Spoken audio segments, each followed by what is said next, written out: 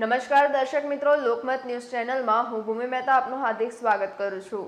ગતરોજ દેવગઢ બારૈયા નગરમાં કાપડી વિસ્તારમાં જાહેરમાં પાના પત્તા વડે મોટા પાયે રમાતા જુગારના અડ્ડા પર સ્થાનિક પોલીસે ઓચિંતો છાપો માર્યો હતો। પોલીસની રેડ જોઈ જુગારીયાઓમાં નાસભાગના દ્રશ્યો સર્જાઈ જવા પામ્યા હતા, પરંતુ પોલીસે જુગાર રમી રહેલા તમામ 11 જુગારીયાઓને ઝડપી પાડ્યા હતા, જેમાં સત્તારભાઈ ઇસ્લામભાઈ રાતડિયા, ઇમરાન દાઉદ ખાન પઠાણ, રાકેશભાઈ રજનીકાંત પરીખ, ઇબ્રાહીમભાઈ હુસેનભાઈ શેખ, તાહિર હુસેનભાઈ શેખ, ઇનાયત હુસેન કલા, મુસ્તફા તૈયબભાઈ રામાવાડા, યાકુબ સત્તાર ગુલીમવાડા, ઇસ્માઇલ ઇલિયાસ ઇસ્માઇલ પટેલ, સોહિલ ખાન, જાવેદ ખાન પઠાણ અને શબ્બીર અબ્દુલ વહાબનાઓએ પોલીસે ઝડપી પાડી તેઓની અંગઝડતી તેમજ દાવ પરથી કુલ રોકડ રૂપિયા 39,090 તેમજ મોબાઈલ ફોન નંગ 10 કિંમત રૂપિયા 1 લાખ મળી પોલીસે કુલ રૂપિયા 1 લાખ ઉપરાંતનો મુદ્દામાલ કબજે કર્યો હતો। જાણવા મળ્યા અનુસાર આ જુગારીયાઓમાં દેવગઢ બારૈયા તાલુકાના ભારતીય જનતા પાર્ટીમાંથી લઘુમતી મોરચાના મંત્રી